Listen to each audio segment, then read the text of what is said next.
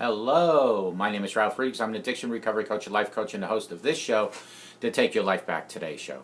Addiction, choice or disease, my friends? We've heard it over and over again. Addiction is a disease. However, there has been a debate about whether or not it's a choice. Some people feel that those who have the addictions made poor choices in life and that it is a matter of willpower to break their dependence. How others feel that addiction is a disease that affects the brain, and without professional help from addiction treatment experts, it's very hard to stop. According to a 2016 Surgeon General's report, it finds drug and alcohol addiction to be one of America's most pressing public health concerns. It's time to change how we view addiction, U.S. Surgeon General Vivek Murthy wrote in his landmark report, not as a moral failing, but as a chronic illness that must be treated with skill, urgency, and compassion. We are in a crisis in America. However, while many researchers, scientists, and professionals do claim that the addiction is a brain disease, there are others who negate the research and back it up with evidence that addiction ultimately comes down to a choice. Here, at the Take Your Life Back Today show, we want to take the bipartisan standpoint on the topic and break down the two beliefs and leave it up to you to decide. So let's dig right into it. The definition of disease. Merriam-Webster defines the word disease as a condition of living, animal or plant, or one of the parts that impairs normal functioning and typically manifested by distinguishing signs and symptoms.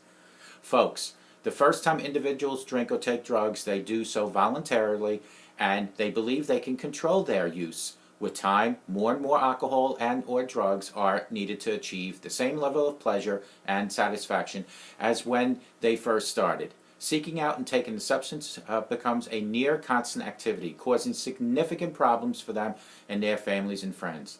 At the same time, progressive changes in the brain drive compulsive, uncontrollable drug use, known as addiction. When this happens, individuals can no longer voluntarily choose to use drugs or alcohol, even if it means losing everything they once valued, impairing normal functioning, and distinguished as symptoms of going to any lengths to get a drink or to get their fix on drugs. My friends, why addiction is a disease? Addiction is categorized as a long-term chronic disease, and like other chronic diseases such as diabetes or cardiovascular disease, treatment and monitoring has to be maintained throughout the patient's lifetime. Folks, the action is not new. 2 centuries ago, Dr. Benjamin Rush went to write about this. However, the doctor wasn't backed up until later in the 1930s when Alcoholics Anonymous presented alcoholism as a disease, and the mind associated with the American Society of Addiction Medicine defines addiction as a disease, and additionally it also is written in the Diagnostic Statistical Manual of Mental Disorders, I should say. Folks, heart disease or cancer, addiction is caused by a combination of behavioral, environmental, biological factors, just like any other disease. Additionally, genetic risk factors account for a large percentage of it. New research in the brain over the last 20 years, new findings have convinced experts and American Society of Addiction Medicine members that the definition needed to be changed so that focus not only is what's happened but with behaviors but with the brain. In 2011, after a 4-year process, ASAM created a new definition with the input from over 80 experts, including top addiction medicine doctors, neuroscience scientists from across the USA, as well as every member of ASAM's board of governing folks. ASAM determined that addiction is classified as a primarily a disease, not caused by something psychiatric, but it's something that's caused due to the brain, leading to addictive behaviors that supplement healthy behaviors, while memories of previous alcohol and drug trigger cravings and renewal of addiction or addictive behaviors. Folks, brain that directs impulse control and judgment become altered, and the person with the addiction begins to have dysfunctional and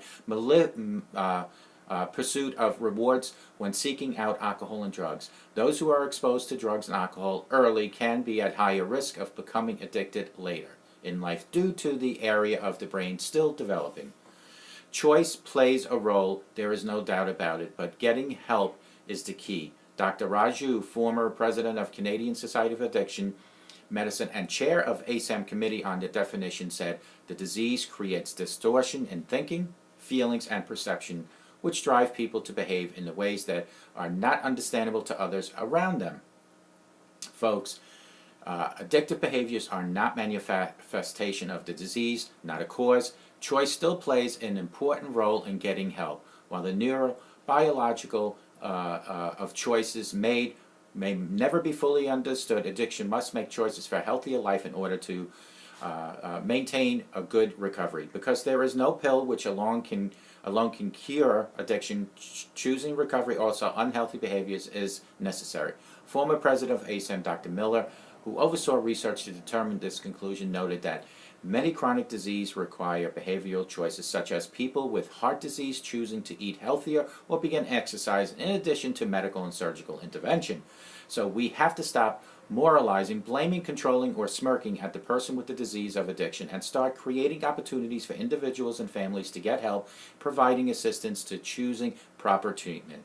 While stigma of addiction can alter perception of those perceived that is normal failing, it can be evidence above that addiction appears to be a brain problem whose behavior manifests in all other areas of the function.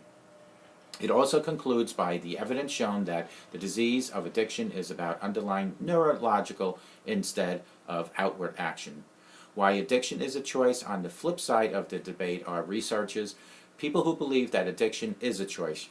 Some experts point out that with any persistent change in behavior will cause changes in the central nervous system. Additionally, the argument is made that, for an example, the brains of readers will be different than the brains of non-readers. Harvard psychologists noted dismantled scientific assumption, arguing that addiction is first and foremost governed by personal choice and does not therefore have clinical consequences.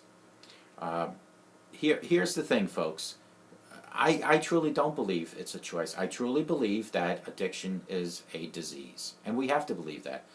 Haleman's analysis is based on the fact that there are always two best ways to make choices. That's why I truly believe that choices do not work, is what he said. Because people make choices, and you do have a choice to smoke and drink, but the choice doesn't require your brain to say, I need it to survive. A workaholic, for example, starts out taking into account only immediate demands of working, dropping every other consideration, and that's how the brain is with addiction.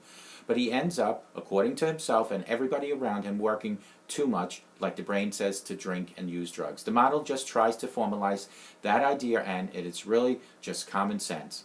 Heyman theorizes that when people are choosing the drug, they're thinking that moment or that day would be better if they did it and abuse it. A chronic smoker will think that the next 3 minutes would be better with a cigarette than without it. But after a year of smoking 20 cigarettes per day, adding up to 60 minutes each day, you might think, I'd rather have 60 minutes of not smoking each day. Unfortunately, you don't have to choose 60 minutes at a time. You decide 1 cigarette at a time or 3 minutes at a time, and that's what makes it so difficult. Addiction may not be chronic relapse disease. As Heyman did research, he wanted to find out how drug use turned over a voluntary behavior to an involuntary one.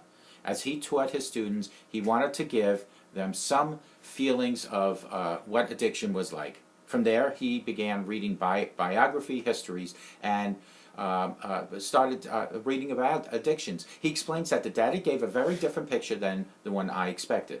The literature on how addicted people behave showed that they stopped using drugs, and they did so because of family issues, or there was a choice between the children and continued drug use, or they were moving on to an environment where it was disapproved of. In other words, the kind of things that influence all of everyday decisions were influencing people who are heavy drug users to stop using. And it was so consistent Each report supported the other.